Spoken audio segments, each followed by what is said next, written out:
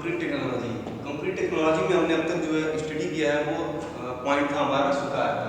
सुकारता के बारे में हमने पढ़ लिया, सुकारता के गुण के बारे में पढ़ लिया कि सुकारता अच्छी कैसे हो सकती है किसी भी कंक्रीट की। इस बारे में हमने जो है डिटेल में इससे पहले के लेक्चर में हमने जो है अच्छे से डिस्कशन कर लिया। हमारे आज का टॉपिक है सुकारता को, किसी भी कंक्रीट की सुकारता के गुण को प्रभावित करने वाले कौन कौन से कारक हैं। तो आज का पहला हेडिंग हुआ हमारा कंक्रीट की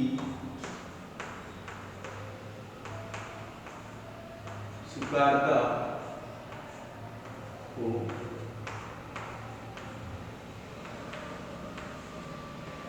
प्रभावित करने वाले कारक या फैक्टर्स एक्टिंग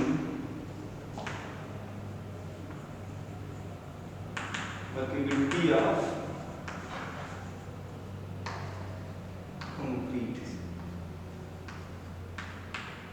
तो ये पॉइंट हमारा आज का कौन कौन से जो ऐसे फैक्टर हैं जो किसी भी कंक्रीट के, जो हमारा कंक्रीट है उसकी वर्केबिलिटी को किस तरह से प्रभावित करता है, कौन कौन से ऐसे कारक होंगे जो डायरेक्टली या इनडायरेक्टली किसी भी कंक्रीट के सुकारता को प्रभावित करेंगे। यानी कि अगर सुकारता जो गुण है आपका, जैसा कि हमने कंक्रीट के दो मुख्य गुणों पे फोकस किया है पूरे कंक्रीट टेक्नोलॉजी की स्टडी में, एक कंक्रीट के सामर्थ्य, दूसरा कंक्रीट की सुकारता। तो हमने सामर्थ्य के बारे में इसके पहले डिस्कस कर चुके हैं, उसका जो भी टेस्टिंग होता है उसके बारे में हमने डिस्कशन कर लिया। हमने सुकारता का पॉइंट स्टार्ट किया था, हमारा टॉपिक था सुकारता, और सुकारता से संबंधित उसकी परिभाषा एवं उसके गुण, उसके लक्षण, जो भी डिटेल था उसको हमने जो है लास्ट लेक्चर में, जो भी हमारे लेक्चर रहे हैं उसमें हमने अच्छे से जो है इसके बारे में स्टडी कर लिया, अध्ययन कर लिया। अब हमारा पॉइंट आगे रुकता है कि कंक्रीट की सुकारता को प्रभावित करने वाले कौन कौन से ऐसे कारक हैं जो कंक्रीट की सुकारता को प्रभावित करेंगे।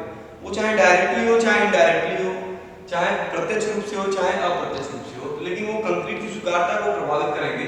तो क्या क्या ऐसी समस्याएं आ सकती हैं और कौन कौन से फैक्टर हैं जो कंक्रीट में दोष या गुण उत्पन्न कर सकते हैं किसी भी कंक्रीट की सुकारता के सापेक्ष में अगर हम देखें तो कंक्रीट की सुकारता की बात कर रहे हैं हम, तो हमारे सामने कई सारे ऐसे जो है कंक्रीट को अगर हम सुकारता की परिभाषा को अगर हम समझते हैं कि सुकारता किस चीज को परिभाषित करता है, तो उस परिभाषा के आधार पर हम समझ सकते हैं कि कंक्रीट के ऑपरेशन को जो आसान बना दे, किसी भी कंक्रीट के साथ जो कार्य करने में आसानी या सुविधा प्रदान करे, वो उस गुण को जो रखता हो, वो गुण जो कंक्रीट इस गुण को अगर रखता है कि उस कंक्रीट के साथ कार्य करने में हमें कोई असुविधा ना हो, तो वो आपकी सुकारता के गुण को प्रदर्शित करेगा। वो कंक्रीट आपको क्या करेगा, सुकारता के गुण को प्रदर्शित करेगा। अब बात यहाँ पर ये है कि कंक्रीट की सुकारता को प्रभावित करने वाले कौन कौन से फैक्टर हैं, कौन कौन से ऐसे फैक्टर हैं कंक्रीट के सुकारता के गुण को डायरेक्टली या इनडायरेक्टली प्रभावित करेंगे। तो यहाँ पर हम पॉइंट लिखने जा रहे हैं, हर एक पॉइंट के बारे में हम अलग अलग डिस्कशन करेंगे, आप हमारे साथ जो है इसको नोट करते जाओगे। नंबर 1, पहला पॉइंट हमारा जल की मात्रा, जल की मात्रा। नंबर 2,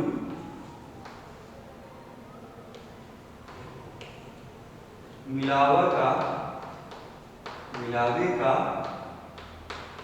आकार। ठीक है। नंबर 3, तीसरा पॉइंट हमारा क्या है, जल की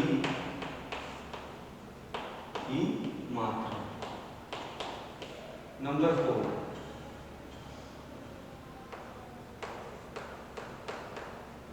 मिलावे का परिमाण, मिलावे का परिमाण। नंबर 5,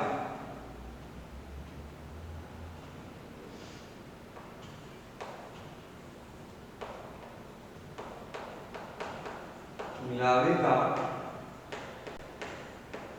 सतही संगठन। नंबर 6, छठवें नंबर पर है मिलावे का श्रेणीकरण।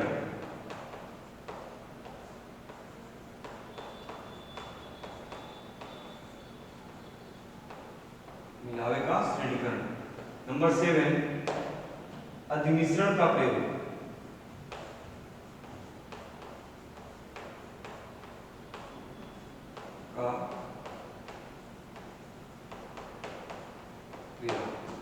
नंबर 8, 8वां है आपका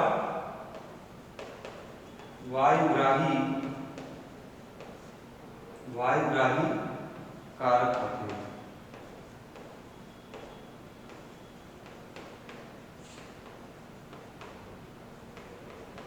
तो ये कुल मिलाकर हमारे सामने 8 पॉइंट ऐसे हैं जो किसी भी कंक्रीट की स्वीकार्यता को क्या करेंगे, प्रभावित करेंगे। ये पॉइंट होंगे जिनको हम अलग अलग डिस्कस करेंगे कि किसी भी कंक्रीट की स्वीकार्यता को प्रभावित करने वाले कुल मिलाकर 8 ऐसे कारक हैं जो उस कंक्रीट की स्वीकार्यता को प्रभावित कर सकते हैं। सबसे पहला क्या पॉइंट है आपका, जल की मात्रा। नंबर 2 पर है मिलावे का आकार। नंबर 3 है जल की मात्रा, पहला पॉइंट है जल की मात्रा, नंबर 2 है मिलावे का आकार। यहाँ पर एक गड़बड़ी हुई है,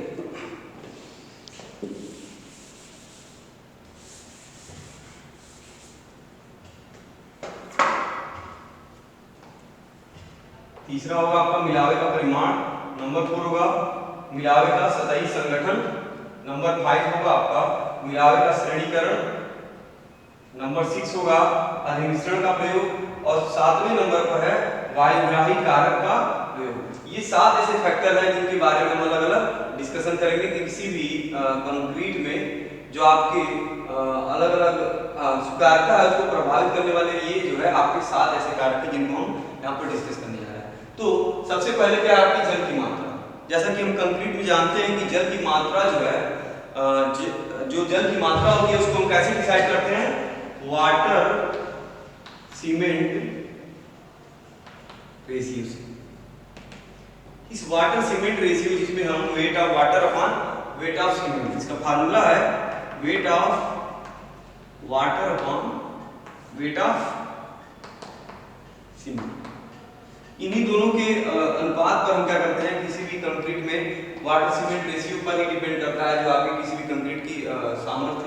और सामर्थ्य क्या होता है कि आपका स्वीकार्यता के रिस्पेक्ट में हम देखते हैं जब भी हम जो आपकी जल की मात्रा है वो किसी भी कंक्रीट के मिलावे को क्या करेगा, प्रभावित करेगा। वो एक तरह से क्या है, आपका जो जल है वो लुब्रिकेटिंग एजेंट है। किसी भी कंक्रीट के मिलावे के लिए क्या होता है, वो लुब्रिकेटिंग एजेंट का काम करता है। जब भी हम जल की मात्रा को घटाते हैं बढ़ाते हैं तो निश्चित तौर पर आपका क्या होगा, वाटर सीमेंट रेशियो जो है चेंज होगा। और जल की मात्रा जैसे जैसे हम बढ़ाते जाते हैं तो कंक्रीट के जो मिलावे हैं उनके मिलावे के बीच जो घर्षण होता है, आपसी जो घर्षण होगा उनके बीच, वो घर्षण की क्रिया क्या होगी, धीरे धीरे मंद हो जाएगी या कम हो जाती है। तो जल की मात्रा बढ़ाने से एक चीज ये है कि आपका जो है जल की स्वीकार्यता तो बढ़ती जाती है, लेकिन अगर एक निश्चित मात्रा से जो उस वाटर सीमेंट रेशियो आपका रिक्वायर्ड है उस वैल्यू से अगर जो है वो जल की मात्रा बढ़ाने से अगर वो वाटर सीमेंट रेशियो जिस पॉइंट पे हमें चाहिए वो अगर चेंज होता है तो निश्चित तौर पर उस जल की मात्रा जो कि हमने बढ़ा रखी है स्वीकार्यता को प्राप्त करने के चक्कर में वो उसके सामर्थ्य को कहीं ना कहीं जो है प्रभावित करेगी। इसी प्रकार से हम कह सकते हैं कि जल की मात्रा को अगर हम 10% से अधिक बढ़ा देंगे, अगर हम किसी भी कंक्रीट में जल की मात्रा जो है 10% से अगर हम अधिक बढ़ा देते हैं तो उसमें सामर्थ्य उस कंक्रीट की कितनी कम हो जाएगी, 15% तक जो है लगभग कम हो जाती है। ऐसा प्रैक्टिकली देखा गया है कि जब भी किसी कंक्रीट में स्वीकार्यता की प्राप्ति के चक्कर में अच्छी स्वीकार्य कंक्रीट बनाने के लिए हम उसमें वाटर तो मिलाते हैं, लेकिन अगर वो वाटर की मात्रा उसके 10% से जो 10% है उससे अधिक अगर मिला दिया हमने पानी, तो क्या होगा, आपका जो कंक्रीट का सामर्थ्य होगा वो कितना घट जाएगा, 15% तक घट जाती है। यहाँ पर एक समस्या आ जाएगी, जो सामर्थ्य होगा और जो कंप्रेसिव स्ट्रेंथ होगी इस कंक्रीट की वो 15% तक घट जा रही है। इसके बाद भी अगर आप 30% अगर यह मात्रा 30% से अधिक हो जाती है तो निश्चित तौर पर आपका जो है उस कंक्रीट की सामर्थ्य कितनी कम हो जाएगी, 50% तक कम होने की संभावना बढ़ जाती है। तो ये जो है किसी भी कंक्रीट में स्वीकार्यता को प्रभावित करने वाले जो जल की मात्रा है वो प्रभावित करती है कि जल की मात्रा अगर हम एक निश्चित रिक्वायर्ड अमाउंट से अगर हम स्वीकार्यता की प्राप्ति के चक्कर में हम जल की मात्रा बढ़ाते जाते हैं तो उस बढ़ाने के अनुपात के साथ क्या होता है, उस जल की मात्रा के बढ़ाने के साथ क्या होता है, उस कंक्रीट की सामर्थ्य जो है उसी दर के हिसाब से जो है उससे अधिक मात्रा में घट जाती है। जैसे हम 10% से अधिक कर रहे हैं तो यहाँ पर 15% तक घट जा रहा है।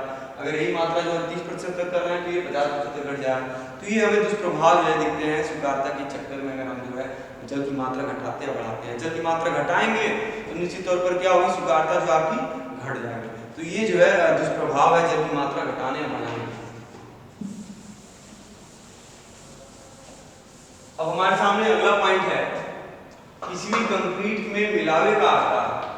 ठीक है, तो मिलावे के आकार जैसा कि हमने पिछले कुछ लेक्चर पहले हमने जो शुरू में एग्रीगेट के बारे में हमने जब पढ़ाया तो उसमें जो है कई प्रकार के हमने एग्रीगेट के बारे में अलग अलग उसके आकार के बेस पे हमने क्लासिफिकेशन किया था। तो उसमें हमने उस कंक्रीट में राउंडेड की बात किया कि जो गोलाकार कण है एग्रीगेट है आपके, मिलावा है, गोलाकार मिलावा होगा, चाहे वो घनाकार हुआ, क्यूबाइड टाइप का, या पथरील हुआ या लंबोतरा हुआ। ये 4 प्रकार के हमने मिलावों के बारे में अलग अलग डिस्कशन किया था। और डिस्कशन से हमें ये पता चला था कि जो आपके राउंडेड हैं और जो क्यूबिकल है उनकी वर्कबिलिटी उस पथरील और लंबोतरा जो आपके कण है उनसे जो है अधिक अच्छी मानी जाती है, उन कणों की जो है, क्योंकि जो राउंडेड आपके होते हैं, जो गोलाकार होंगे या घनाकार होंगे, उन एग्रीगेट की जो सरफेस एरिया है वो क्या होगा, उनकी जो है बहुत ही कम होती है। और जो सरफेस एरिया जब आपका कम होगा तो वहां पर क्या होता है कि उसके आकार जब राउंडेड होंगे तो उसकी वर्कबिलिटी जो है, जब हम कम पानी की मात्रा मिलाकर उससे अच्छी वर्कबिलिटी को हम प्राप्त कर सकते हैं। उनके बीच में जो आपसी घर्षण होगा वो क्या होगा, बहुत ही कम होगा। और सीमेंट की मात्रा भी फिर हमें क्या करनी पड़ेगी, कम यूज करनी पड़ेगी, जिससे जो है हमें एक अच्छी कंक्रीट प्राप्त हो सकती है इन दोनों एग्रीगेट के सहारे। अगर हम वहीं पे पथरील या लंबोतरा जो कि किसी निश्चित आकार के नहीं पाए जाते हैं, उनको हम अगर यूज करते हैं मिलावे के रूप में किसी भी कंक्रीट में स्वीकार्यता, तो उसमें जो स्वीकार्यता का जो गुण होगा उस कंक्रीट में उसके प्रयोग से वो क्या होगा, कहीं ना कहीं प्रभावित होगा, क्योंकि उनके कणों के बीच क्या होगा, आपसी घर्षण होगा। ठीक है, उनका शेप जो है आपस में एक दूसरे के बीच में जो गैप होगा, उस गैप में जो है आपका अधिक मात्रा में आपको वहां पर जो घर्षण होगा वहां पर उसको कम करने के लिए आप लुब्रिकेटिंग एजेंट के रूप में वाटर की मात्रा मिलाएंगे, सीमेंट अधिक मिलाना पड़ेगा, जिससे जो है उसके शेप की वजह से क्या होगा, मिलावे के शेप की वजह से कहीं ना कहीं आपके जो है स्वीकार्यता जो है प्रभावित होगी। इसलिए हम हमेशा जो है किसी भी कंक्रीटिंग में ज्यादातर जो है हम राउंडेड या क्यूबाइड शेप का जो है प्रयोग करना कंक्रीट की स्वीकार्यता के लिए अच्छा होता है। अगला पॉइंट है आपका मिलावे का परिमाप।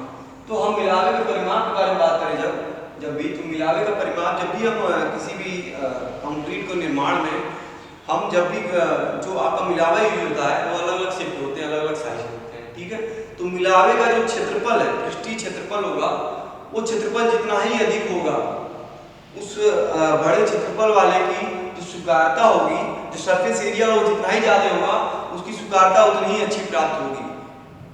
ऐसा देखा गया है कि जितने ही बड़े जो है हम माप के एग्रीगेट का प्रयोग करते हैं, उसके प्रयोग से हमें उतनी ही अच्छी स्वीकार्यता वाली कंक्रीट का प्रयोग कंक्रीट की प्राप्ति होती है।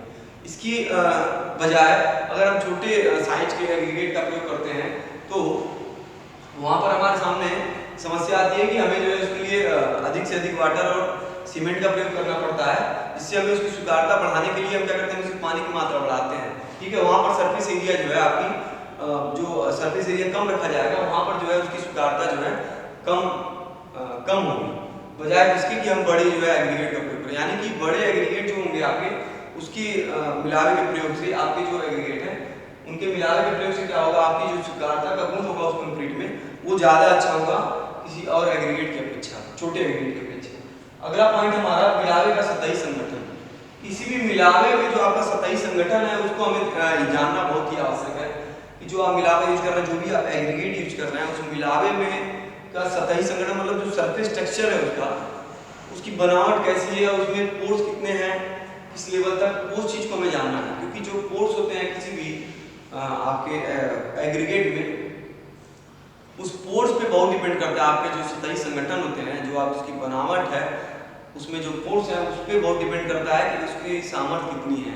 और वही जो है अगर आपने उसमें अगर मान लीजिए कोई एग्रीगेट आपने यूज किया, उस एग्रीगेट में अगर पोर्स की मात्रा ज्यादा है, किसी कारणवश पोर्स की मात्रा उसमें ज्यादा है, तो उस पोर्स में क्या होगा, जो आप वाटर यूज करेंगे एज ए लुब्रिकेटिंग एजेंट और अच्छी स्वीकार्यता की प्राप्ति के लिए जो एक निश्चित वाटर सीमेंट रेशियो आपने रखा है, उस रेशियो के रिस्पेक्ट में आप जो वाटर और सीमेंट यूज करेंगे और उससे चाहते हैं कि आप एक अच्छी स्वीकार्यता वाली कंक्रीट प्राप्त हो, लेकिन वहाँ पे एक समस्या है, मिलावे में दोष जो आपको दिख रहा है वो क्या है आपका, अगर आपको पता हो तो उसमें अगर वो दोष है, इसमें वो पोर्स पाया जा रहा है किसी कारणवश, तो उस पोर्स की उपस्थिति के कारण क्या होगा, जो वाटर होंगे उस पोर्स में समा जाएंगे। तो निश्चित तौर पर जो रिक्वायर्ड अमाउंट ऑफ वाटर है पूरे कंक्रीट के निर्माण में, अगर वो पोर्स में जाकर ट्रैप हो जा रहा है, तो कहीं ना कहीं उस पूरे कंक्रीट में हमें अतिरिक्त पानी की आवश्यकता पड़ेगी। उस पोर्स की वजह से हमें उस पूरे कंक्रीट की अच्छी स्वीकार्यता कंक्रीट की प्राप्ति के लिए हमें क्या करना पड़ेगा, अधिक से अधिक मात्रा में पानी की मात्रा में बढ़ानी पड़ेगी। तो हमें इस बात का जो है ध्यान रखना होगा, जब भी हम कोई मिलावा किसी भी कंक्रीट के निर्माण में प्रयोग करते हैं तो वहाँ पर हमें ध्यान देना होगा उसका सरफेस स्ट्रक्चर कैसा है, सतही संगठन कैसा है, सतह की बनावट कैसी है, उसमें कोई फोर्स विशेष उपलब्ध न हो।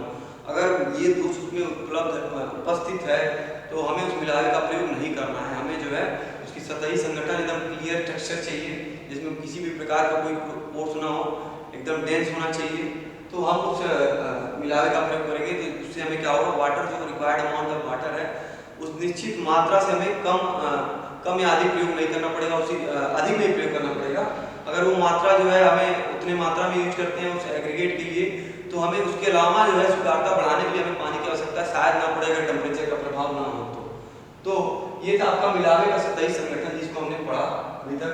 हमारा अगला 5वां पॉइंट है मिलावे का श्रेणीकरण। हमने मिलावे के श्रेणीकरण के बारे में शुरू में ही जो है अध्ययन कर लिया था कि श्रेणीकरण जो एक बहुत बड़ा फैक्टर है किसी भी कंक्रीट के डेंस होने के लिए और एक अच्छे स्वीकार्यता युक्त और एक उच्च सामर्थ्य वाली कंक्रीट की प्राप्ति के लिए हमें श्रेणीकरण अति आवश्यक जो है एक फैक्टर है।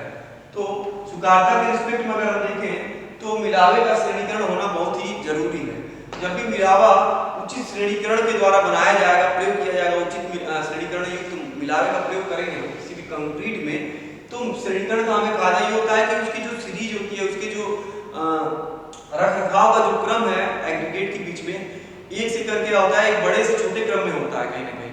तो श्रेणीकरण का मतलब यही है कि बड़े से जो एग्रीगेट उनके बीच में जो खाली स्थान होगा, वहां पर क्या होंगे उससे छोटे एग्रीगेट, और उससे छोटे खाली स्थान में जो जगह बचेगा वहां पे हम क्या करेंगे, सीमेंट या जो भी आपका जो रिक्त स्थान होगा वहां पर सैंड का प्रयोग किया जाएगा। वो अपने आप ऑटोमेटिकली क्या होगा, वो रिक्त स्थान को वो आपस में भर लेते हैं, जिससे हमें एक उच्च श्रेणी की स्वीकार्यता वाली और उच्च सामर्थ्य वाली कंक्रीट का की प्राप्ति होती है इसके प्रयोग से, मिलावे के प्रयोग से। तो ये था आपका जो है मिलावे का श्रेणीकरण। अब हम बात करते हैं अधिमिश्रण का प्रयोग। जब भी हम अधिमिश्रण के प्रयोग की बात करते हैं कि यानी कि हम जो है एडमिक्सचर यूज करते हैं, वो कहीं ना कहीं जो है उस पूरे कंक्रीट के एक सिस्टम में कोई उसके व्यवहार में परिवर्तन करते हैं। जब भी हम अधिमिश्रण का प्रयोग स्वीकार्यता की प्राप्ति के लिए करते हैं तो कहीं ना कहीं जो है उसमें जो हम रिएजेंट यूज करेंगे उसमें अधिमिश्रण के रूप में जो भी हम रिएजेंट, जैसे कि आपका विनसोल हुआ या आपके डेरेक्स हुए, यहाँ पर हम लिख देते हैं विनसोल या डेरेक्स, और भी बहुत सारे हैं मार्केट में आपको जो है अधिमिश्रण ये सब मिल जाएंगे, विनसोल और डेरेक्स। इन दोनों के प्रयोग से क्या होता है, ये दोनों अधिमिश्रण का प्रयोग से क्या होता है कि आपके कंक्रीट की जो स्वीकार्यता है वो कहीं ना कहीं जो है बढ़ जाती है इन दोनों के प्रयोग से। ये आपको इजीली मार्केट में मिल जाएंगे। आजकल जो मार्केट में प्रयोग किए जा रहे हैं विनसोल और डेरेक्स, इनका प्रयोग करके किसी भी कंक्रीट की स्वीकार्यता को जो है परिवर्तित कर सकते हैं, स्वीकार्यता को बढ़ा सकते हैं। लेकिन एक समस्या हमारे सामने आ सकती है, अगर हम स्वीकार्यता की प्राप्ति के लिए हम इन रिएजेंट का प्रयोग कर सकते हैं तो कहीं ना कहीं जो है एक साइड इफेक्ट हमें देखने को मिल सकता है, उसकी सामर्थ्य क्या होगी उस कंक्रीट की, वो थोड़ी सी प्रभावित हो सकती है, वो थोड़ी सी ये हो सकता है कि रिक्वायर्ड अमाउंट से कम। यहाँ पर जो है आपको एक साइड इफेक्ट देखने को मिल सकता है अधिमिश्रण के प्रयोग में। तभी आप अधिमिश्रण का प्रयोग करेंगे तो विनसोल या डेरेक्स का, तो उसकी स्वीकार्यता निश्चित तौर पर बढ़ेगी, लेकिन जो है उसकी सामर्थ्य क्या होगी, कम होने की संभावना जो है बढ़ जाती है। उसके बाद आपका अगला पॉइंट है वायुग्राही ग्राहक। तो जब भी आप एयर इंट्रेनमेंट करते हैं किसी भी कंक्रीट में, जब भी आप हवा के बुलबुले को छोड़ते हैं या एयर रिएजेंट यूज करते हैं, वायुग्राही कारक का प्रयोग करते हैं किसी भी कंक्रीट के निर्माण में, तो वो कहीं ना कहीं जो है जो एयर इंट्रेनमेंट से उसके जो बुलबुले होते हैं उससे जो है कंक्रीट की स्वीकार्यता जो है बढ़ जाती है। उन बुलबुलों की वजह से क्या होता है कि कंक्रीट की जो स्वीकार्यता होती है वो बढ़ जाती है। कहीं ना कहीं जो है आप जब भी किसी परिस्थिति में वायुग्राही एजेंट का प्रयोग करते हैं और ये मात्रा अगर 5% से अधिक होती है तो उसकी सामर्थ्य भी कहीं ना कहीं प्रभावित होती है। इसीलिए हम जब भी वायुग्राही एजेंट का उपयोग करते हैं तो वो उसकी मात्रा कितनी रखते हैं, 5% से अधिक नहीं रखते हैं। हमें हमेशा क्या रखना पड़ेगा, 5% से कम रखना पड़ेगा एयर रिएजेंट को। तो ये सारे जो है अलग अलग फैक्टर हैं जो जिनके प्रयोग से हम किसी भी कंक्रीट की स्वीकार्यता को घटा या बढ़ा सकते हैं, बढ़ा सकते हैं इनके प्रयोग से। लेकिन अगर हम इनका प्रयोग जो है एक कंट्रोल वे में नहीं करेंगे, एक नियंत्रित तरीके से नहीं करेंगे, तो निश्चित तौर पर कंक्रीट की स्वीकार्यता हमें प्राप्त होगी, लेकिन उसकी जो सामर्थ्य की जो प्राप्ति है, हमें जो चाहते हैं रिक्वायर्ड, वो सामर्थ्य जो है कंक्रीट की जो है कहीं ना कहीं प्रभावित होगी। हमें जो रिक्वायर्ड मात्रा है वो उस कंक्रीट की जो है सामर्थ्य जो है उससे हो सकता है हमें कम प्राप्त हो। तो ये सारे जो है अलग अलग फैक्टर जिनको हमने आज डिस्कस किया कंक्रीट की स्वीकार्यता को प्रभावित करने वाले, ये सारे कारक हैं जिनको हमने टोटल कुल मिलाकर 7 जो ऐसे एजेंट हैं, इनको आप चाहें तो अलग अलग नोट करके जो है आप देख सकते हैं वीडियो में, आप नोट कर लीजिए इसको।